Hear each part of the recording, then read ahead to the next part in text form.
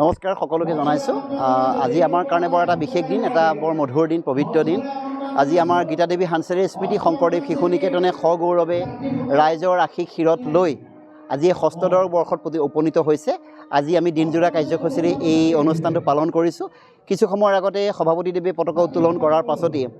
সাংস্কৃতিক শোভাযাত্ৰাত আমাৰ ছাত্ৰ ছাত্ৰীসকলে গোটেই জাতি ধৰ্ম বৰ্ণ নিৰ্বিশেষে সকলো ছাত্ৰ ছাত্ৰীয়ে নিজৰ নিজৰ কলা কৃষ্টি সংস্কৃতি প্ৰদৰ্শন কৰিছে আৰু ইয়াৰ পিছতেই আহি আমাৰ মুকলি সভা আৰু ইয়াত মুকলি সভাৰ লগতে সংগতি ৰাখি প্ৰাচীৰ পত্ৰিকাৰ উন্মোচন কাৰ্যসূচী হৈছে বৃক্ষৰোপণ কাৰ্যসূচী আছে আৰু ইতিমধ্যে সাংস্কৃতিক অনুষ্ঠান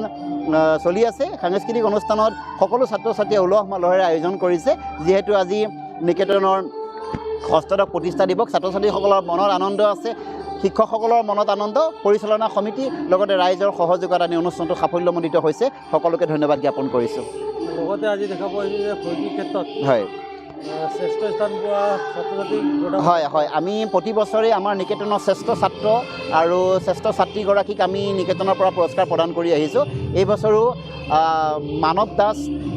দাসে বিশেষ তেওঁ 90% পাই তেওঁ শ্ৰেষ্ঠ ছাত্ৰ হিচাপে নিৰ্বাচিত হৈছে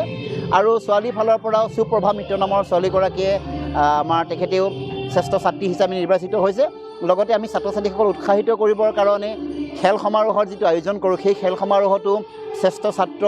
আৰু শ্ৰেষ্ঠ ছাত্ৰী হিচাপে আমি প্ৰতি বছৰে বঁটা প্ৰদান কৰি আহিছোঁ তাৰ পৰা ছাত্ৰ ছাত্ৰীসকলৰ শৈক্ষিক দিশৰ লগতে আনুষংগিক বৌদ্ধিক দিশতো যাতে পৰিৱৰ্তন হয় আগবাঢ়ি যায় তাৰে ব্যৱস্থা এই নিকেতনে প্ৰতি বছৰে কৰি আহিছে